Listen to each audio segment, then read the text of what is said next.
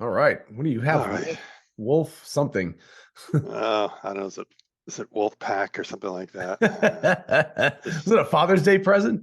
I think it was probably. Yeah, it was, and finally putting it to some use. There we go. Well, I Yeah, I mean, decided to wear finally it's up high enough you can actually. Oh, I decided to right. wear your single stage to orbit, Starship to orbit in 2 weeks. So The only problem is you can't actually read anything because like we're always cut down like this. I know, I This is know. like the first time it's actually high enough.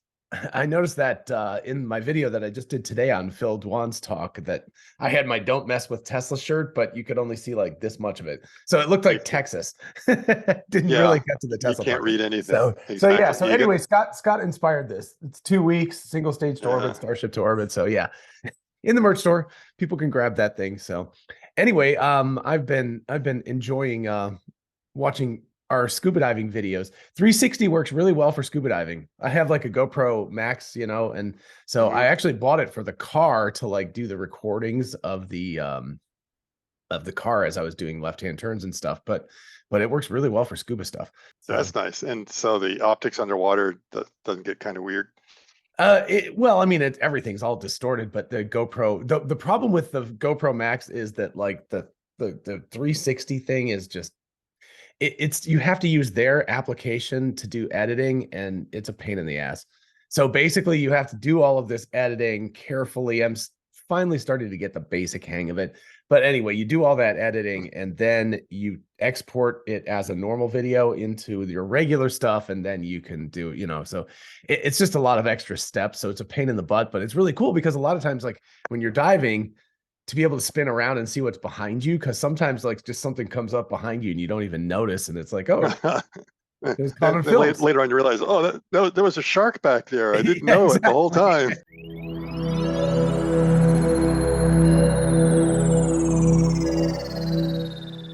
Hey y'all, it's Dr. Know-It-All. Guess who I am back together with? It's a reunion after a period of time. Have we done solo albums on our own, I guess?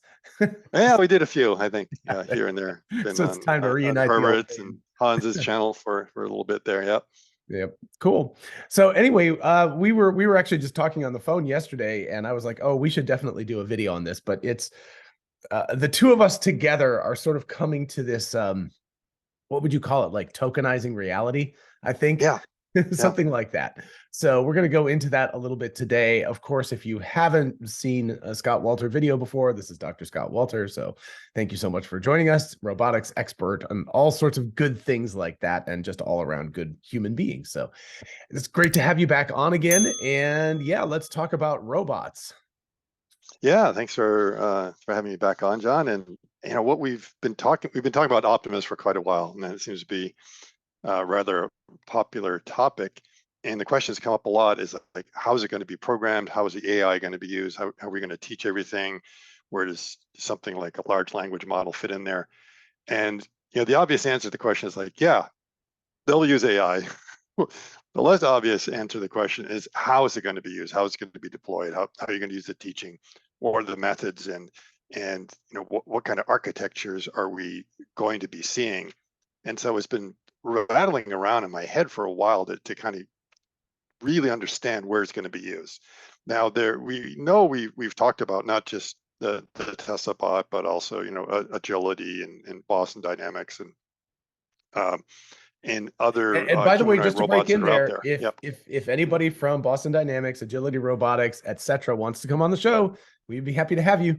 So yeah, More than anyway. welcome. More than welcome. Yeah, yeah. And we know they're using some form of AI in there. And you can see, I think one of the latest videos from Agility is showing how they're using a Chat GPT interface to get Digit to do certain tasks. And what they've more or less done is, I guess you would say, is kind of the obvious thing of what you want to do is build a front end to your bot to be able to tell it what to do. So they've already done a lot of the back-end programming to get Digit to do a variety of different tasks, and I'm sure they've got some sort of API or programming interface that you come up with the task. But that means you sort of have to understand that, and to make it natural, in other words, a natural language interface, it makes sense to take something like ChatGPT, which will be a layer. So it doesn't mean ChatGPT is controlling the entire robot; it just becomes kind of an interface, and that's a very logical next step to Right. do for Right. anyone. And Uh, and FYI, it's not clear, but if you kind of piece the evidence together from Tesla's talks recently, that I've done, and also from the tweet that they put out.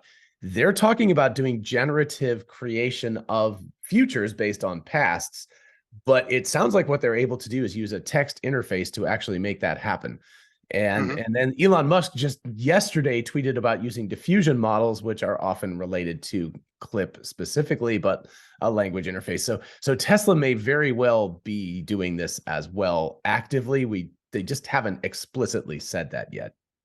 My suspicion is they've got some sort of large language model of their own that they've been working on or have recently started to work on to be able to do it. It would make sense, and they may have had it for a while because they already talked about the grammar of lanes and how they were kind of tokenizing intersections. So they're already doing that. So that's been one of those things I've just been thinking, like, okay, how do they use this tokenizing approach?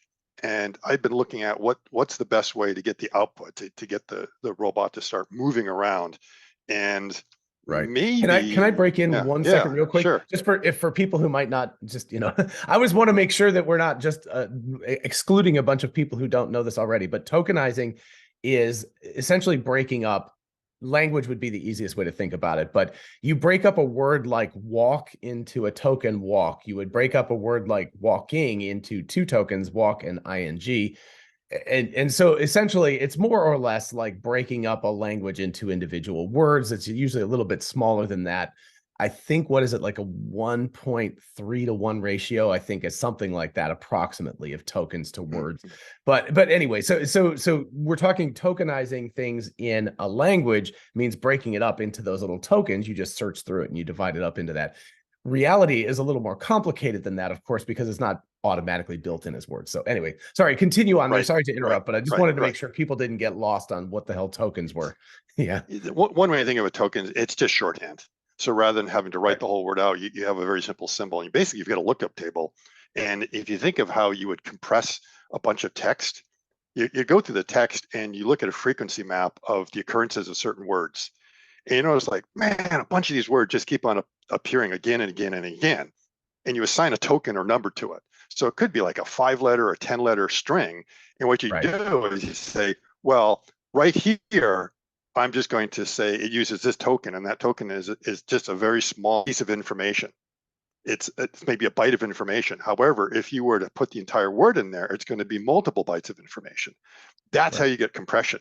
So you take everything and you replace it with these simple things. And then when you need to know what are all the letters that make it up, you can go back to basically this lookup table to say, that's what it is. That's the replacement text. As far as any language model is concerned, they don't care that walk is spelled W-A-L-T. Or W-A-L-T, W-A-L-K, spelling my own last name. I was like, you speak a different version of English.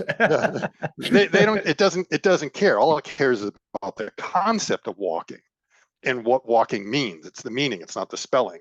And so that's encapsulated in a different way, and how it's spelled out is different. That makes it very easy to say, to take a concept and then translate it into another language. So it doesn't have to necessarily be English. But that's kind of a little bit tangent we're getting down on the tokenizing and what's going on. And what I think it's important enough to really understand it, journey. I mean, I don't think it's really a tangent. Yeah, I think exactly. Because when we start talking about tokenizing reality, we have to keep that in mind, how it's essentially a compression algorithm. Yeah. And what different tokens are. So what I want to use as an analogy, I told you yesterday, I want you to give me enough rope to hang myself. And here, let me feed some rope to you. And basically what we're going to do is, do you remember Hangman? Sure. Yeah. Yeah. So for those who don't know, it was actually a game that we played in school to learn how to spell. That's kind of morbid, but I don't know if they still do it anymore. It's probably not politically correct in some way. But the idea was that you had a gallows and someone would come up with a word and they'd put down the blanks for the word. So you'd know whether it was like a 5-letter or a 6-letter word. And then you had to start guessing the letters. And if you could come up with the answer before you were drawn in there. So every time you were wrong, like you'd get a head and then the torso and the limb. And once your body was filled out, you then lost. And that was actually encouraged in schools, believe it or not. And I guess it was probably just the one way to get boys interested in spelling. Yeah, so we learned to do that. And when I first did it, I just I stabbed blindly in the dark, because any little kid would. And so I just would pick my favorite letters, like, Z and X and J and stuff like that. and I would always lose. And then eventually my brothers kind of pointed out, it's like, you do realize that like every word's got to have at least one vowel. You start with the vowels. And just Right. don't start with any vowel, start with E, because E is the most common vowel. I'm like, oh, that's interesting. And like the consonants, when you come to consonants, the most common ones are like S, R, and T or something like that. Right. And then, suddenly I realized like, oh, wait a minute. So there is like a scheme here of what's the best way to guess to go ahead and get that information. And then, of course, I realized like, aha, if that's what everyone else is doing, I'll make sure my words don't can have any of those in there because Exactly. you can use it as a strategy to win. And Right. so what that means is that you can take, through something like that and this guessing, being able to make your guesses more intelligent if you know something about what's going on there. Now, one way is if someone puts down all the blanks, I can say, okay, what are all the 5-letter words that are out there, and just start Right. randomly picking them out. And that's just not very good. And of course, we get these clues that you start guessing a letter. And anyone that's seen Wheel of Fortune knows the same thing, that everyone's got an idea what these frequencies are.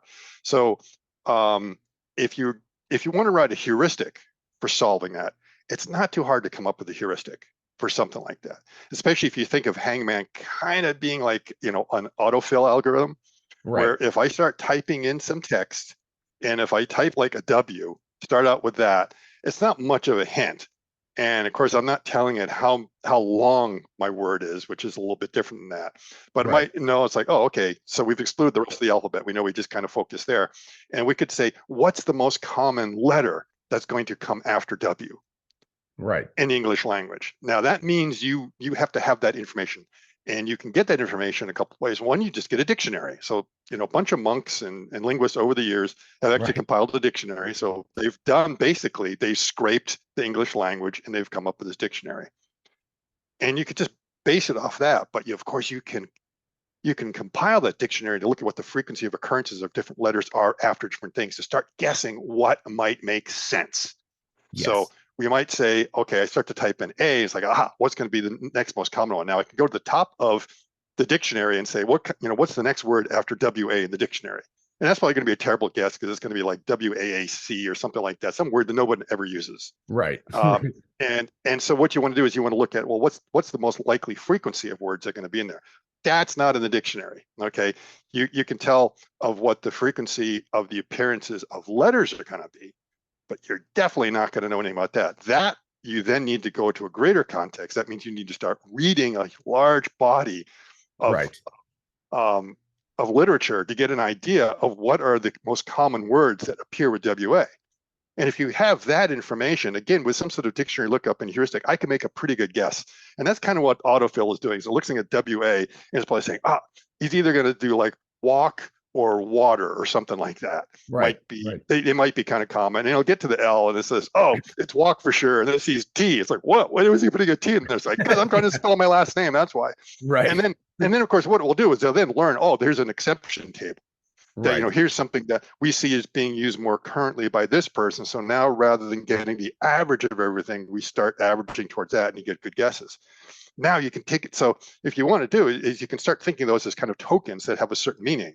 But now if you connect it to a greater context, you can get a better idea of what a good guess is. So if I was typing the sentence like, I'm going for A, and I start typing WA, you might say, oh, clearly it's going for a walk. That makes the most sense grammatically and everything else. That's the most occurrence. However, if you get even greater context in there, which again, what a transformer would do is, let's say what was happening earlier in my conversation. If I said, I've been sitting down all day, I'm going for a walk, makes absolute sense. But if I say, man, it's really hot, I'm thirsty, it might be, I'm going for a water. So again, your guesses get better and you stop going from guessing to actually solving the answer, because you start bringing in more and more information. And that it can be all kinds of context. Part of it could be context that you know about the person. Part of it could be the context about their location. Part of it could be the time that they're living in. And so like one example is like, I'm going to go for a swim in the, and then I type in PO, and you might say, oh, okay, what's the next word going to be? If I don't put anything, you might say, oh, it could be like, in the lake, the stream, the ocean, what's it going to be? If you know that I'm near the beach, you can say, oh, I'm going to go for a swim in the beach. But if you know I'm afraid of sharks, you might say, oh, probably not. Maybe he's going to go for a swim in the pool. or, Right. and it might be, he's going to go for a swim in the pool as the pond because, he just doesn't like going in that yicky water, doesn't like fresh water kind of stuff. So Right. based on that context, that individual, you can make a better guess with the PO that's more likely to be pool or pond. But if I say, I'm a 19th century figure, I'm going to go for a swim in Right. obviously the pond because you probably didn't have Yeah. pools back then. But if I say I'm a Right. 21st century figure, then it's going to be something like that. So you can have all this other context that makes your guesses a lot better based on what you're pulling in. So that's kind of like the idea is that now, if you start looking at these contexts, I can cleverly sort of say, oh, this is the strategy you want to do here. This is the strategy. You begin to see that gets really hard to come up with a decision tree to figure Yes. out what Yes. it's going to be in every possible situation. Right. So we can go through and we can game it all out, and we can, it's really fun. It's like, oh, okay, you write the Python script for that. And you're like, oh, Yeah. wow, that gets Yeah, harder I and don't harder think for me so. to decide that. Well, and And of that's what could be, course, yeah, obviously, this is where neural networks come in because they exactly.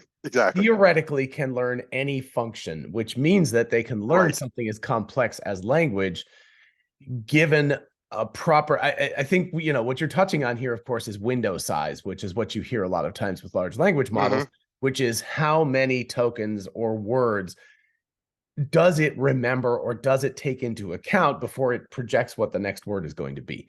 And Yes. and that is critical because, again, the old version, I remember learning this in the early days of my artificial intelligence degree. They did the bag of words thing, and it's like you have bigrams, so it's like you have a word, and what's the next best word that's gonna, well, that's great for predicting the next probable word because you just do statistics and you're like, after the, what is the most likely next word after that, or something, right? Or Well, red, or anything like that. It's great for predicting two words, but it is not going to get you a sentence that makes any sense at all because it's only got a context of two. So, or actually one. I mean, it's predicting the next out of one. So so the whole kind of deal with this is that you're expanding and expanding and expanding the kind of world that the large language model can see. And you have to have something that's sophisticated enough to be able to model that. And that's where neural networks come in. You could do it that's with where a it gets, decision yep. tree. I mean, well, Yes.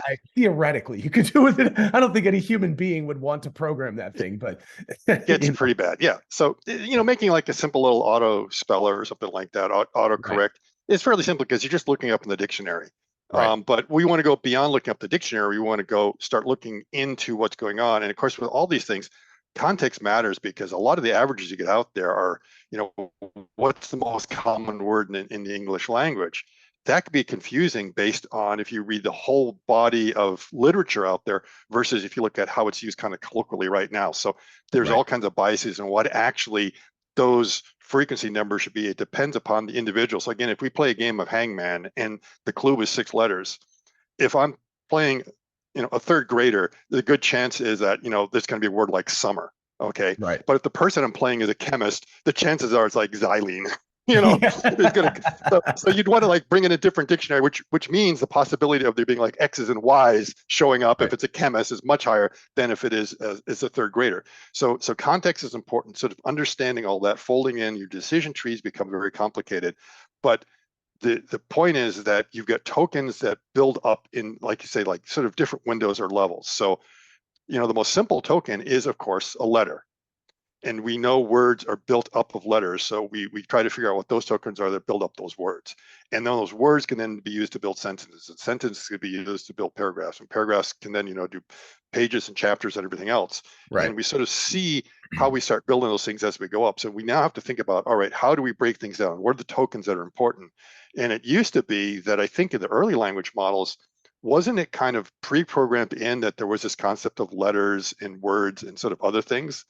And now Yes. it's just like it figures it out on its own. It's just like, bloop, here it is. And it Right. goes, oh, guess what? I see these. So it figures out phonetics and all that on its own without us having to pre-train it or let it know. Well, with the exception that there is a gigantic dictionary that I think it was Google that created it, and I'm trying to remember the name of it right now, but it is the standard sort of tokenizing of Yeah. language. So they give it that's a cheat sheet. But if effectively what they've done is they've just, as opposed to individual letters, which might seem like the more logical thing to do because you've only got 26 of those in English, they've got something like 50,000 Ounce, tokens, approximately. And some of those tokens are just letters, of course, in certain circumstances. But the advantage is that you've got chunks of idea. Like letters don't really contain Yeah. ideas in them, right? The letter T Hmm. doesn't have an idea, but the word cat Exactly. does have an idea. So, you know, like, so the tokens actually contain the germs of ideas within them. So it even though there's 50,000 of those as opposed to 26 letters, it gives you a big jump start on how to go. And but Right. how you tokenize does matter. And we're Yeah. going to talk about that, I'm sure, because you already told me about that yesterday. Yeah. That, you know, how And the you're thing gonna it comes tokenize down to is that, you know, even within that, there are rules, there's phonetics that kind of come in there. So like your Right. auto speller can kind of guess a little bit what's going on, either by looking at the dictionary or saying, well, wait a minute. And this is, of course, what goes on in spelling bees. These kids don't remember everything Right. in the entire dictionary. They remember the rules of what is the most likely kind of letter combination that's going to kind of come up. And so that's the important thing with you know, looking at how the tokenizing is done, is that by taking these rules, you rule out a lot of things. So we talked about that. If you have a 5-letter word and you've got 26 letters in the English language, that means you have like 11,800,000 possible combinations of words that you could create. Now we don't, not that many exist, and it's only good for passwords, most of them, of what's actually considered official English words. There's one reference that says there's up to 158,000, but that's like, I guess, all sorts of weird variants and everything else. Whereas, you know, the Scrabble dictionary, which includes a lot of weird things, is only 9,000. So again, we've gone from like nearly 12 million down to 9,000 possible combinations in there. It gets smaller and smaller. And a lot of it comes down to the kinds of rules you have in the combinations. And you begin to realize that there is almost like a grammar built into that. So you've got like a larger one, and you have this, which is definitely going to help. And that helps us kind of build everything up the way we want to see that.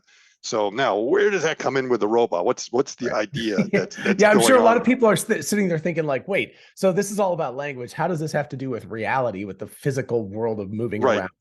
Right. Yeah. Okay. Now, where that comes in is that when we look at the movement of the robot, we think of it as like an analytical problem. It's a math problem, and that our fingers and hands can take an infinite set of positions in here. So we need to be able to accommodate that. And so that means it can be very complicated to tell the robot what it is that you want to do. And the way I'm looking at it is, well, wait, what if we start tokenizing the movements of the hands, and then we're going to work our way out. So we take each finger and we consider each finger to kind of represent a letter in our 5-letter word. Right. And now we know we have an infinite number of combinations that we can do with this thing here. You know, English is only 12 million. Mathematically, there's an infinite number of configurations to have in there. But the reality is there's a very small subset of configurations of my fingers that make any sense. Yes. So the first thing you do is we kind of tokenize that. You know, we'll call, when my index finger is pointed straight out, we'll give it a letter or anything, or a token, whatever you want to call it. If you want to call that A. And then when I move it to this position here, about B and about C and about, you know, there's a couple, and some of them tend to be very common kind of positions, and then you can have me curling it and everything else. And so you can probably come up with a couple of combinations that will be a reasonable subset. And you know, someone might say, yeah, but I want it there, or I want it like there, and it's like, no, we're not going to worry about it, you know, having all these other things, because usually it's like my hand is open or my hand is closed doing something. So we do that with every single digit, and now we can describe a certain gesture with all those different combinations of tokens. And it may be that there's certain ones that just don't, you know, just like certain letter combinations don't come together. The idea of this finger being all the way down that one just doesn't happen because it hurts too much, you know? Right. There's a bunch of, so there is, again, these kind of phonetics that you have within the hand of what's there. And so we may know that there's certain combinations that are just not going to happen. We can rule out because they are uncomfortable or unnatural. So I think, just again, just to make clarify things, there's two things that you're talking about here. Number one is this is analog and infinite. There's effectively there's an infinite number of positions, but what we're going to do is break up reality into a more digitized version. So instead of infinite, you go 1, 2, 3, 4, you know, whatever it is. If you Right. wanted to break it up by Right. 1 degree, whatever, it doesn't matter. But 3 but degrees, 5 degrees. exactly, Yeah. exactly. So And sort of what makes sense, and it may be that you'll find that, you know, even within the English language, there right. it has Benford's rule as far as, you know, the occurrence of the letters. Some letters are used way more than others, and some of them have Right. absolutely nothing. The same thing like with the position to your fingers, you're going to realize that there are certain combinations and positions of your fingers that are more common than others, Right. and the ones in between are just a means to get from here to there. Right. And so we don't care about that. We just care that usually it's useful when it's here, usually when it's useful there. Now, what you were just showing was like, you know, pointing your finger like that. So if I'm pointing at something, this will represent some combinations of tokens that describes that. So now that becomes a word. And I know that. And the thing is, this word we can also you know, we can have an English equivalent to this. So Optimus will know this in its language of motion, that it's like, this is a word that I kind of know. And Right. in English, we call that, you know, you're pointing. Right. You know, you're pointing with the index finger. The other thing you might have is like a pinch like this. Like, so if I want to grab a piece of paper, I'll do like a pinching thing. And Right. so that may, you know, and I need to make sure maybe these fingers are out of the way or something like that. Right. And Or if you so, want to do the classic queen drinking a cup of tea, you know, you can have your yes, finger yes, up like exactly. this. Or grabbing the bottle. So you got a Right. grasp, you've got a release. You have a bunch of these things that it begins to pick up over time. And we can make sort of an equivalent in English language. And now then when you're describing what you want to do is like, I want you to pinch right now. It knows to do that. Now, the thing is how does it go from the fact that I just said pinch to that? And if you think about it, and we have kind of two versions of the English language running at the same time. We've got the written and we've Right. got the oral. Right. And somehow we think they're both the same, but they're really not. You know, it's like I can read a book, and if I see the letters P-I-N-C-H there, I can either, you know, sound them out and everything else, or I can look at it and the idea is there. Right. So there are people that won't actually hear the sound of the word in their head. They will understand the concept. So it's not like you need it in there. And so from that, it's like pinch. Okay, I know what that means. And then the other thing is, if I want to take that letter pinch, there's a couple of things or that word pinch, there's a couple of things I can do. One, if I want to utter it, then I know it's encoded right in there, the information on how to say it. So it's kind of there already for me. It's like, well, here's the clue on how to say it. But then there's the other thing is that there's nothing in there that tells me I have to do this with my fingers. I know that's what pinch means. Right. But somehow I'm able to translate in there. So what would be going on with Optimus is it'll be a bit more like the phonetics, that you've got these encoded in there is it knows that these are the letters that I have for the pinch in my hand. Right. And we can think of that as a token, and that token can either go to the English pinch or to the Optimus pinch, whatever that is. Right. So pretty much the information is in there, and it knows what it has to do. Now you might say, well, how does it get from here to there? Well, there's just going to be a lower level control system that knows the current state of the letters that you're in. I'm in this, you know, I'm in the all A's state right now, and you want me to go to, I don't know, like the BBAAA state or something like that. It knows that to go from A to B, you drive in the positive direction until you kind of get to whatever the goal is. And if you need to go the opposite direction from B, well, you just go backwards until you get where you are. So you don't worry about the states. That control system will do it. All you care about is what your final states are. So you begin to encode that in there. So now it becomes your language. So now, so that actually gets to the I had said I had two things to say about that. And just so people don't go like, what was the second thing?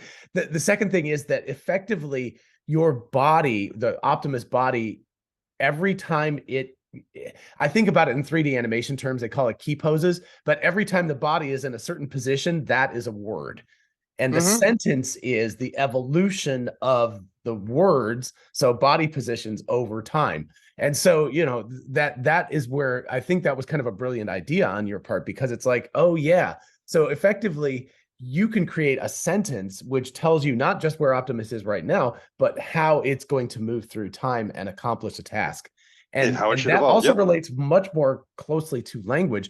And if people understand CLIP, the model that OpenAI put out, that it's been the basis for all of the diffusion work and a lot of the large language model stuff, what it does is it creates an association matrix between words and images or whatever it is. So in this case, it would be a body position. So if you said pinch, you would actually have your clip model or something like that that would have all of these words, and then it would have all of the words that Optimus could form. In other words, the body positions. And what you would have is a diagonal where you had the two things, which was the right body position for the hand specifically here, but it would, coordinate with the word pinch, and that would be a high probability, whereas all of the other ones would have low probabilities. And that's how you would actually be able to say to Optimus, I want you to pinch that piece of paper, and it would go, and it would work through this matrix and figure out which words Optimus words are the outcomes of the English words. Yes, and Optimus will then be aware that it has all this vocabulary of hands. It'll have the vocabulary of arms. Right. So, you'll have kind of the same idea with your elbow. The elbow is going to be all like this, and then there's going to be wrist positions and things with the shoulders and all those things. So you're going to have all these words and possible combinations that grammatically make sense in a sentence. And when it needs to do a complex kind of grasp, it's going to combine kind of the word you want for this and the word you want for that. Is like, that's what's kind of going on. And then the whole body is going to maybe be involved. The torso's got to do this and everything else. So all that's going to become part of a description and a grammar of what it wants to do. Right. And the idea is for it to be able to understand the subtleties, because, it's been said that, Eskimos have like 300 words for snow. Right. Because there's so many different types. And then you would have the same thing with, when you say to grasp something, what do I mean by grabbing? Because there's so many different ways. So there's grabbing a bottle, there's grabbing a box, there's grabbing my cell phone, there's grabbing the piece of paper. Right. And so they're all a little bit different. So if you just say grabbing a pen, I mean, that's very different. Yes, grab the pen. It's very different. Yeah, it's a very different kind of, word that you would have for that to be able to grab it. So it's going to be based on the context. So if you just say, grab that, well, what's that? What were we talking about before? You say, oh, look at the pencil over there. Grab that. Oh, he wanted me to grab the pencil or the piece of paper. Or if you explicitly say, I want you to grab, and right now it's like, okay, grab what? And if it says the box, it goes, aha, the box, palm open kind of thing, and then look for it. And then, of course, it's going to break it down. And we know GPT chat is really good that with like one line prompt, you can get tons of instructions. It's got verbal diarrhea. Let's hope that Optimus does not do that. It's like, go pick up the box, and it does a interpretive dance as it goes over to the box. But for debugging, that will work because it's going to be in a certain state, and you'll just say, go grab the water bottle, and it's going to have to look around and say, okay, where am I? Check my surroundings, look for a water bottle. Where is the water bottle? If the water bottle is over, approach the water bottle. Approach the water bottle here. So, is it best to pick up with my left hand or my right hand, depending upon, the clutter that's around the water bottle? Is the water bottle, down like this, in which case I have to come palm up, or is the water bottle standing up, in which case, which figures. So it's going to go through its own sort of little checklist of things, and it might say that that's what it's going to do at first. Or it might just go, yeah, okay, and it goes over and does that internally. So it internalizes all that because we do the same thing. And I think we talked about the bread analogy yesterday, that if I say, okay, I'm going to show you how to bake bread, and we go through the whole thing, everything. So there's all these instructions. It's a big recipe, all sorts of things that had to be done. But at some point, all I have to do is say, John, bake some bread. Right. I don't have to give you the instructions. You already know that because you've internalized it, and you go ahead and do those instructions. And of course, eventually that's what you'd see with Optimus, but it does have to get broken down, and it's going to be because it has this language. Now, when I was thinking about this, I was thinking, I'm probably kind of crazy about this, or maybe there's something I don't understand. And then lo and behold, the other day, our friend Gary Snyder texts something to me. He says, have you seen this motion GPT? And I'm like, what are you talking about? And it looks like there's some researchers at MIT came up with something called Motion GPT, and you can go Google it, and they've got a little interface, and you can type in something that you want to have happen, and they've got a human avatar that will do exactly what you want. And they talk about it translating from English into the language of motion. Right. So they're thinking along the same lines, and I'm really thinking that what's going to happen is that Optimus is going to have this internalized language, which is in many ways not going to resemble English in any way, shape, or form. No. There will be a way to translate between the language and that where it understands everything else. And the fact is that it will be able to break that down. So those are kind of my thoughts. And that's what it comes down to when you start teaching now. It's Optimus is going to be looking at what's going on with the hand and then saying, oh, it's this word. Right. Or, oh, I haven't seen that word before. I might want to memorize that one because, again, Right. the queen drinking the tea like that. Oh, I haven't seen that one before. I'll remember that for next time. Right. Right. But I mean, also another way of thinking about this is kind of like translating from English to a language that's very foreign, like Japanese. That's a very different language from English, but it's that sort of thing. You say to the robot, go pick up that piece of paper. It then turns that into some sort of latent space where it really has the concepts in there that are both from the language thing and from the motion thing, and then deconvolves that back out into a motion plan. So it's creating that sentence of poses that it will then move through to do that action, which is very cool because what it's doing is basically like a large language model. It's doing next word prediction, but the words are body positions. And if it gets good at it, it should be pretty effective at doing that. So just to be clear, we don't know that Tesla's actually doing it this way. We suspect that, and it would make logical sense that they'd be doing that. It would make sense. And the other part is that if this is workable for Optimus, it's way easier for a car. Like the sentence the words that a car can make are tiny. It's like, you have a few positions on the accelerator, a few positions on the brake, and the angle of the steering wheel. That's kind of it. So very much simpler. Precisely. And the reason for having kind of this whole language is the idea that the human body, everything is somehow connected. So there are certain things that have to do with my hand that I might say doesn't really have anything else to do with the rest of my body, but maybe a little bit, because my hand and my wrist are kind of connected together. So it's not just about my fingers. It's making sure, again, if I want to grab the water bottle and the water bottle's like this and I'm coming like that, that's just not going to work. So I have to know to do something like that. And my wrist position is going to be affected a little bit by the elbow and the shoulder. And of course, whether I can grab it may have something to do whether my torso is moved around the right way. And of course, whether I've walked there. And the other thing is, if I pick up something heavy, it's like maybe going to cause me to kind of fall over this way. So I now have to move my legs. So there's an interconnectedness in there. And that's sort of what this large grammar would be able to do, is it begins to understand the rules of how all these things work together. Very different than a language grammar, but probably could be handled the same way. If you can do the language of lanes, or you could probably do the same thing with Optimus, which is why I was thinking, they may be going down that route. Right. Well, absolutely. And if you watched a Shulk's talk, and James Dalma literally just wrote me and said there's a high quality of his video up, which is great because the old one was 360. So anyway, I'll post that on the video for his talk, but he specifically says that lanes are obnoxious. That was his quote. I think it's actually in the slide. It said lanes are obnoxious, but one of the reasons why is because they are continuous like that. They're not like a car is an object in space. It's a very defined space that it occupies, whereas lanes are effectively infinite. They just kind of go off into the distance. And that's the same sort of thing. The language of lanes is very, very highly associated with what you're talking about here, which is a language of body positions, because effectively the body positions are infinite, but what you have to do is break that down into tokens that then can be internalized. They may be infinite, but they're also kind of self-contradictory sometimes. They're just some body positions you really can't get into unless you're a contortionist. Right. And again, when it comes down to the hands and the words that we're talking about you would have with the hands, there's going to be a very small vocabulary that you would need for doing something in the factory. Right.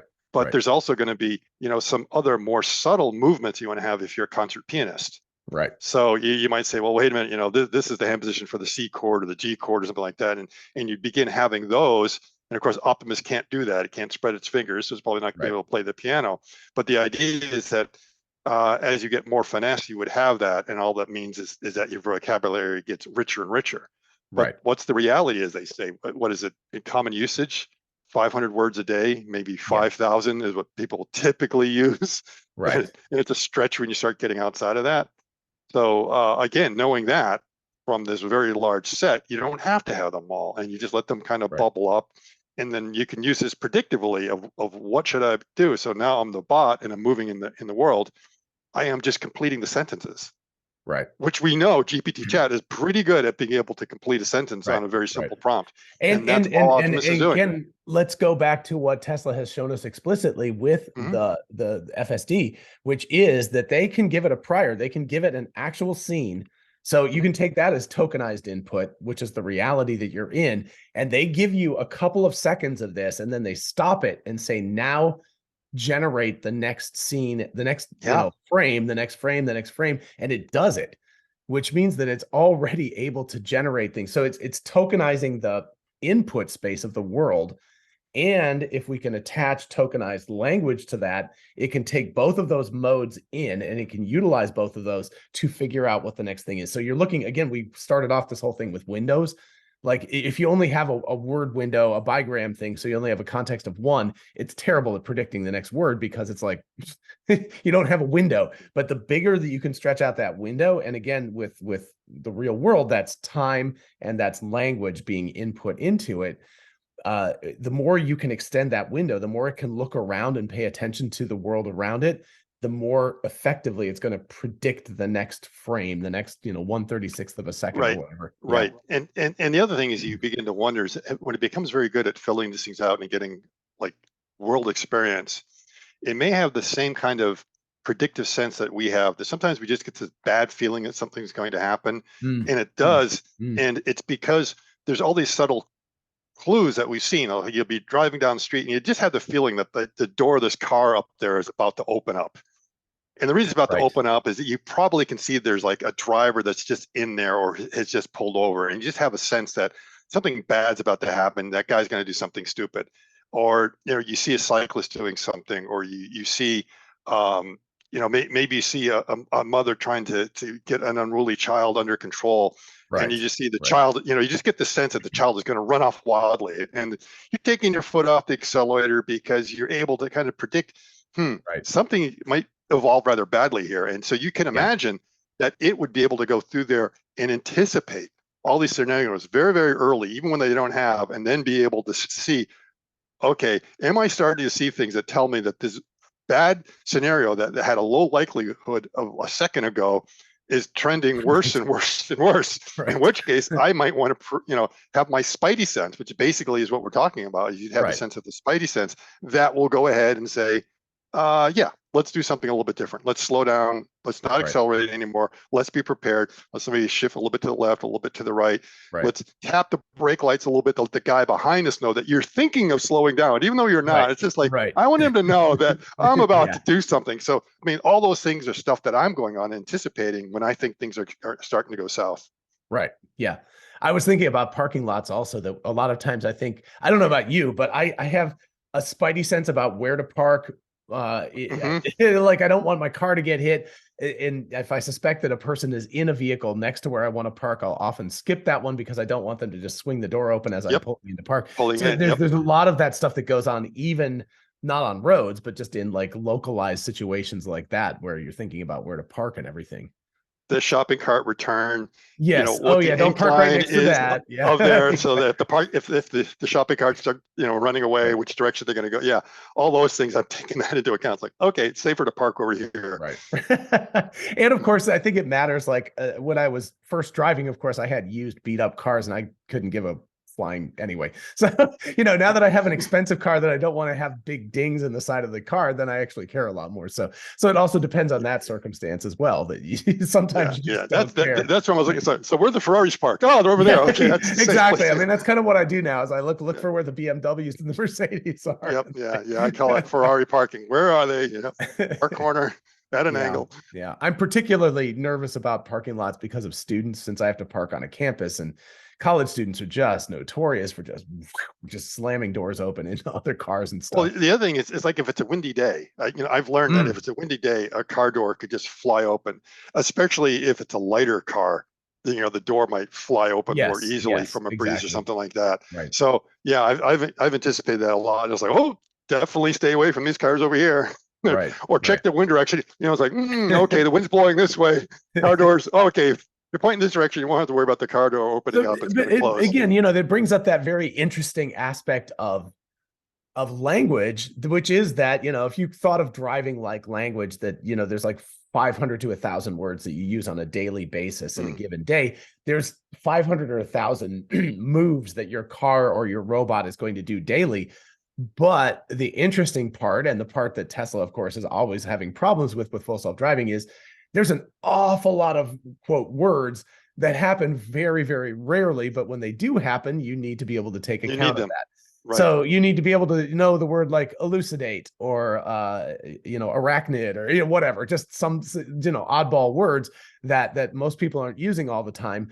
That those were not particularly oddball, but that was the best I could come up with. But anyway, you have to be able to know those words and what you do at that point. So yeah. So perhaps you could elucidate me on some good words. Yes, I know. I'm like, as soon as I thought I needed to come up with a good word, I just completely blanked, of course. Everyone in the comments will put in all the good words down there. Yes. Yeah. So, what they call them, 25-cent words, right? Right, exactly. I think it was interesting to say that, I think it was again a Shucks talk where he said, sunny days, good weather, decent traffic is easy. It's like easy peasy for them now. And so it's really most of what they work on is collecting data and collecting all the bad stuff, all the really complicated things. When he's talking about sunny days, I assume he's meaning when the sun's actually up. Yeah, I would when the think if sun's it's straight low, into yeah. Oh yeah, I mean not just going straight into it, but sometimes the shadows that might be cast. So even if you're going at 90 degrees to the angle of sun, those shadows will do weird things. And then once the sun gets up just a little bit, so like after 9 a.m. everything is okay, but sometimes those 8 a.m. 7 a.m. drives, things might get a bit funky. Yep. For us humans too. I remember one spot driving to Charlotte on 85 that if it's the right time of year and everything, everyone slows down because there's this rise. And if the sun's just coming up, you're just suddenly like, bam, there's the sun right in your face. And so there's always a traffic jam. And so you actually know that you're like, if you're driving that area, you're like, oh, I'm going to slow down before I get to this spot, because the likelihood is everyone's going to slam their brakes on as they come up to this rise, because that's where the sun is. Yeah. Well, in Michigan, everything is flat, and everything was surveyed by the Army Corps of Engineers to be east, west, north, south roads. Right. Unless the topography, you did something against that. So in order to get to my subdivision, I've got to come down a road that faces due west, and I can always tell when it's the equinox. Right. And when it's like 6 o'clock, local time. It's like you'll be driving down the road like, whoa, right in it. So yeah, you can always tell it's that one time a year. And that's what makes it really difficult with full self-driving or any autonomous driving system, is that recreating the systems for particular situations on a road. Right. There's 365 days in the year, and the conditions are always different. Then you can throw in weather and everything else. Right. So it will probably be able to go up and down this road out here very easily all the time, except the fall and spring equinox when you're straight into that. And then how do you test that? Because it's such a rare event. Yeah, and also if it just happens to be cloudy that day, so that just completely screws that piece of data too. So well, I mean, that's the reason why. That's why you simulate. That's why you have not only simulation, but just the fact of having millions of cars on the road or driving millions of miles. Millions of cars. And if there's a situation in a particular area that you have a problem, the fact you can simulate it and now actually recreate the conditions and say, what time of day was it? What was the actual date? Where was the sun in the sky? What were the weather conditions? And you can start putting all those things together and then realize, now we understand what the problem was, because that's the problem with debugging anything, is trying to replicate the bug. If you can't replicate the bug, you can't stamp it out. So you got to get down to trying to figure out what the situation is. And you just can't go out to that same road, because you can never duplicate those simulations, that situation exactly the same. Right. You might get close, but you've got to look at what the other hints are. So that's why simulation is important. And that's why all the other things they're doing, I think, is really cool, because it's important to get that information. And now with that information, they can just start running every scenario, every time of day, every weather condition that's going on, crazy drivers, pedestrians, whatever you want to have, trucks with stuff falling off of them, some, truck taking a really wide turn because it's a huge semi and stuff like that. And other aggressive drivers that are around there, they're trying to get through. And, because sometimes, you just have to sit there and do nothing. You just have to wait for the situation to clear. Other times you are going to have to make things up at the moment to get through. And that's why I kind of like the idea of the language models. Language models can be very creative. Yes. And so if you have that, it could come up with a solution to a problem that it was not programmed in. Right. It made it up on the spot, because it has this creativity. It knows what the grammars are for putting different things. It knows this is a potential situation, puts it together and realizes, hey, that trick is going to work. Goes ahead and does it. What's that called in, I think it's called out of distribution. So in other words, you give it all of these sentences and all of these words in English or something, but then it needs to create something that it's never seen before. There's just a sentence that's never been created in English before, and it's able to do that because it's the creative, whatever that means, but it's able to create an out of distribution sentence. So again, here you could have a situation where the car has never been in exactly that condition before, or Optimus, and it's able to creatively solve that problem because of the fact that it's learned so well. And I think it's important to note the big data part of this always. The whole part about transformers, which is all tension based, the whole thing about learning this way and building foundation models and world models and all of that is you just have to have incredible amounts of data. And like you said, probably not just reality, but also simulation, that you have to be able to simulate things that you can only experience on the solstice or something, right? If you need to be in Michigan at this latitude going down this road on the solstice, even if you have hundreds of thousands to millions of cars driving, there's only so many times a year that can happen. And if you happen not to be driving and you're the only one who drives that road with a Tesla, I don't know, but I'm just saying, you're not going to get that many shots at it. In a certain amount of time. Exactly. And it could be some weird thing that a certain car happened to come down the road at a time and the light reflected off it in just a particular way. And I've noticed some things like that in that some earlier versions of FSD. It may have been fixed that whenever I was going by, like would be either a van or a pickup truck. In many cases, if they were black, the car would move a little bit over the other way, and I was trying to figure out what it was, and I realized because a lot of them, they had just come from the car wash and had a really good wax job on it, and it was so good that they were so highly reflective. Right. And because they were big enough, they actually created almost like this moving mirror, and suddenly, the Tesla was afraid of its own reflection. It's like, whoa, and then it just, and it happened enough times. I'm trying to figure out what's going on, and then you begin to realize, man, that's a really weird edge case, that the type of vehicle that's passing at that time, just based on how it's polished and lighting conditions and everything else, could make the cameras freak out and think, wow, there's something else there. Now, it seems like that has not been a problem recently, but it wasn't on like, I think 10.11 and was 10.12, and then maybe even 10.69. But I saw it enough times that it was just kind of weird. Why is it doing that? That it kind of makes me think developmentally of children when they have that whole thing where they look in mirrors and think, for a while that it's like another thing in there, another human. Another thing in there. It's like the car was developmentally going through that stage of not understanding like a sense of self. So very interesting. But I mean, again, it just goes to show how ridiculous reality is. And I think, I don't know if we want to talk too much more about this. I think we've covered it a lot, but I think one other thing that is really interesting to just at least touch on, you talked about at the beginning, how written language is not the same as oral spoken language. And if you think of written language, of course, that also is analog because it's printed on pieces of paper or a screen. But you can consider that to be relatively digital. You've got these words, they're very clean. It's obvious what a word is for most instances.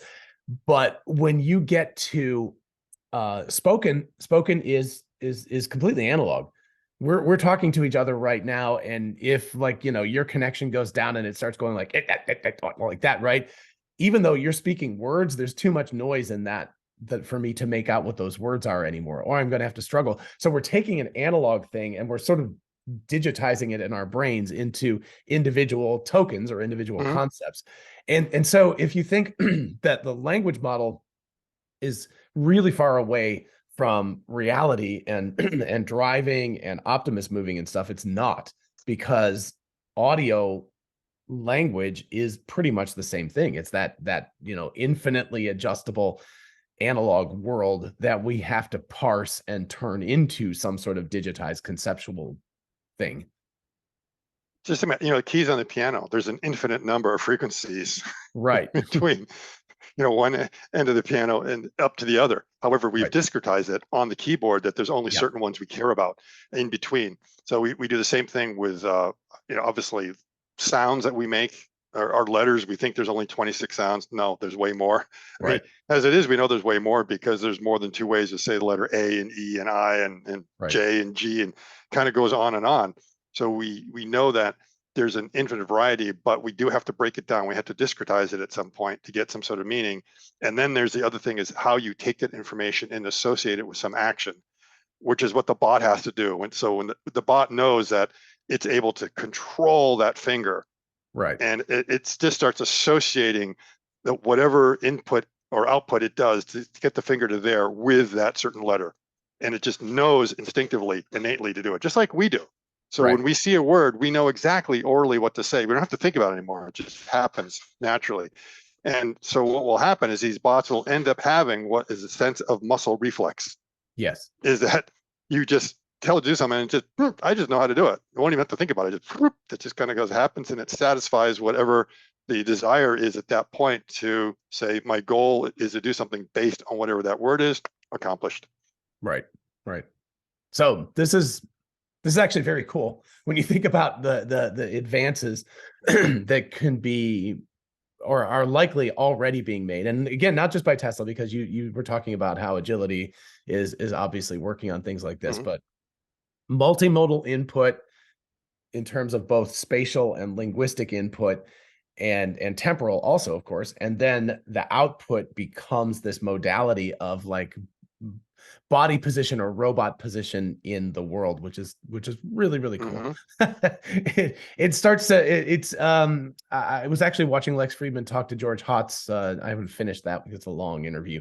But I think that just came out yesterday or the day before. But you know, he was talking about a lot of that kind of stuff where there are end-to-end solutions that have been theorized, but they just nobody's had quite enough compute power, enough data processing.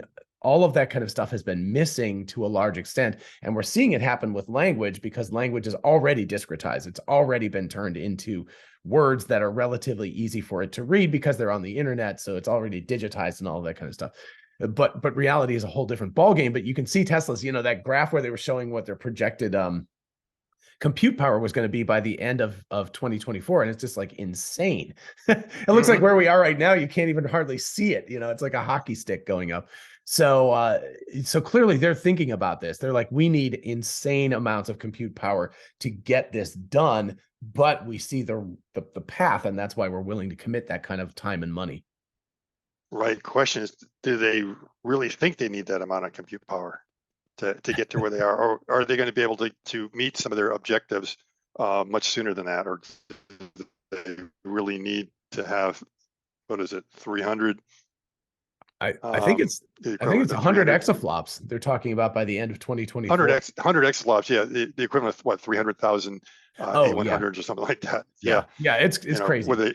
It's a crazy number compared to that. I mean, it's like almost have to put it on a log scale to understand it, because you're right down. It's seeing almost nothing the way it's going up.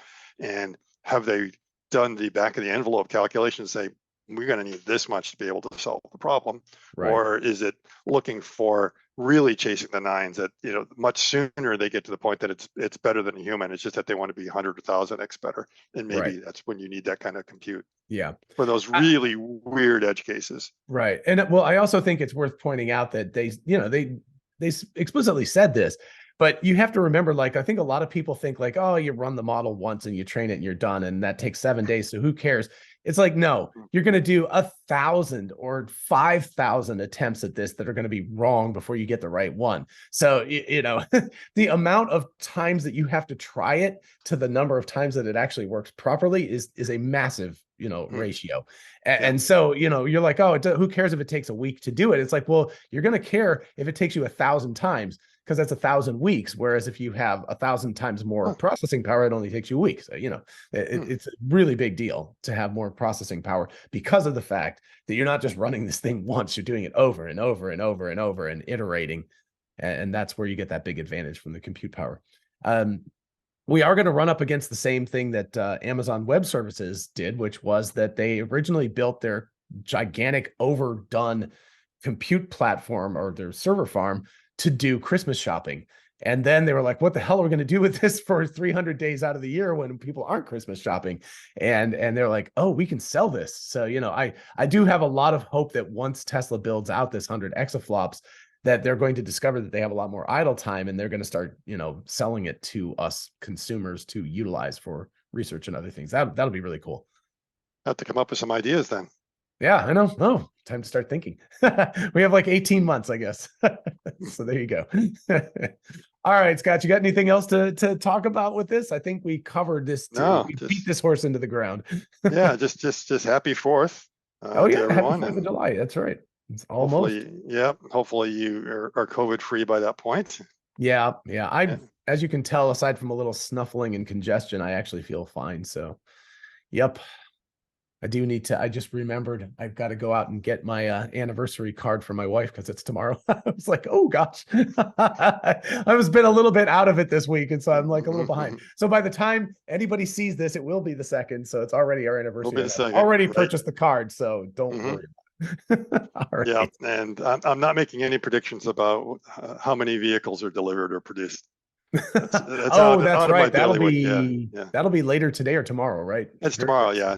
July 2nd is when the numbers come out, and that's like, I have no idea. I don't have enough information to be able to even make a guess, except that, you know, okay, it's obviously gonna be north of 400K, but right. How far north? I don't know. I know people really, I appreciate them doing that, but I don't spend an awful lot of time worrying about quarterly results. I'm like, you know, it'll be what it is. It'll just take it in and become more of the signal that happens, and we'll figure out from there. So, all right. Well, super. Thank you so much for talking about this. This is really enlightening to me. I hope to the audience as well. I think it's just really cool to think about how all of this stuff, I always go back to data is data.